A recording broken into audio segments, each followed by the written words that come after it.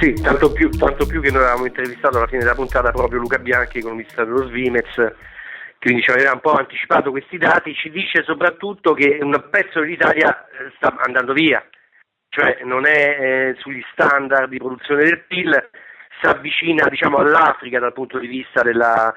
è un paese sottosviluppato, a rischio deindustrializzazione, naturalmente dove non c'è lavoro la gente scappa via, e ci dice anche che questa spaccatura fra il nord e il sud aumenta, ed è una cosa molto drammatica. È una cosa drammatica non solo per il sud, ma soprattutto per il paese intero, perché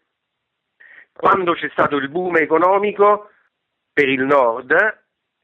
era il momento in cui noi investivamo i soldi con la Cassa del Mezzogiorno nel sud, cioè non è possibile immaginare un paese che abbia un problema così grande, e il tema dello sviluppo è il tema di far ritornare all'attenzione dell'agenda politica del paese la questione meridionale, perché se è vero che il sud sta andando a fondo, è anche vero che noi assistiamo alla più grande crisi industriale del nord, cioè interi distretti industriali, noi l'abbiamo raccontato negli ultimi anni, sono chiusi, no? Quindi siamo legati allo stesso destino, anche perché, diciamo, nella globalizzazione quello che conta è la dimensione del mercato, cioè immaginare che ogni territorio ce la debba fare da solo è qualcosa che non funziona, come dimostra tra l'altro l'esempio tedesco.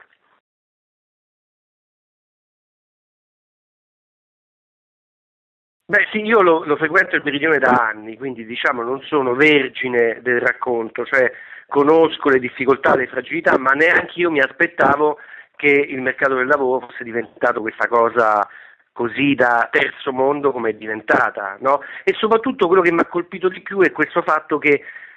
neanche i padri, cioè mentre prima, voglio dire, noi trovavamo gli operai, magari anche in cassa integrazione, magari con dei processi di ristrutturazione in crisi, ma che reggevano la famiglia, adesso sono padri e figli che lavorano così, no? E quindi chiaramente che cosa si può costruire per il futuro quando si lavora a 15 euro, a 30 euro a nero per tanti anni?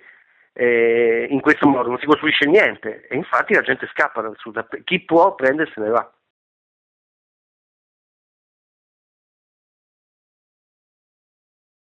Guardi, ci sono dei libri bellissimi che ha scritto Isaia Sales, che tra l'altro abbiamo anche intervistato in quella puntata, perché lui è proprio esperto di storia della Camorra, in cui dimostra che la Camorra è diventata una mafia nazionale, che quindi ci inquieta anche a noi, perché poi i casalesi fanno gli investimenti nella provincia di Latina, arrivano a comprarsi i bar di Roma,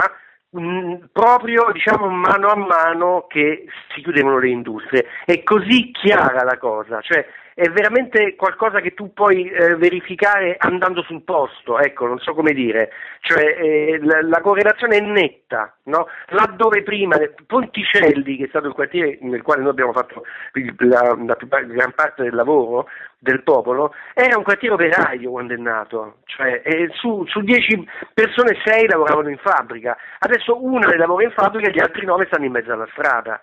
E quindi è manodopera, carne da macello, che velocizza la criminalità organizzata, la quale criminalità organizzata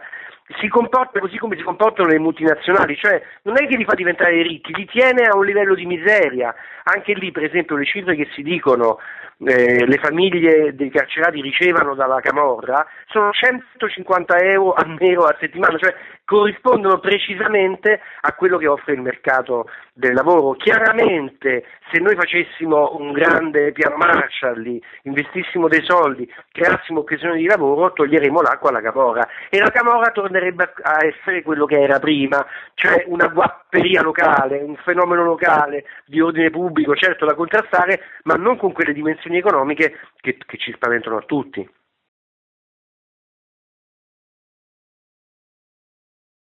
Ma intanto bisogna rimettere al centro dell'agenda politica la questione meridionale e la questione del paese, perché in 10-15 anni di teorizzazione del federalismo, che poi, diciamo, noi lo chiamiamo federalismo, ma poi siamo andati a vedere quando vai dalle parti loro, la Lega lo declina col termine secessione, e ultimamente lo strappo che ha fatto Bossi al discorso a Venezia è stato uno strappo evidentissimo, cioè l'idea che questo paese assieme non può stare. Ecco, io penso che così non ne usciamo, no? Cioè magari si salva il nord diventando però il sud dell'Europa, la periferia dell'Europa, ma certamente noi consegniamo una parte larga del paese, diciamo, a una condizione di sottosviluppo. Ora il punto qual è? È che quei quartieri lì sono pieni di gente interessante, c'erano pieni di giovani, di energie, ma come pensiamo di uscire dalla crisi del paese se ghettizziamo milioni di persone che invece lavorano, sanno lavorare, che studiano e infatti appena possono utilizzano le loro competenze fuori da quel recinto lì. Quindi noi dobbiamo per forza, diciamo, reimmaginare una politica di sviluppo che tenga dentro il Sud, non c'è altra strada, altrimenti scoppia l'Italia, anche questo è possibile, no? Perché io, per esempio,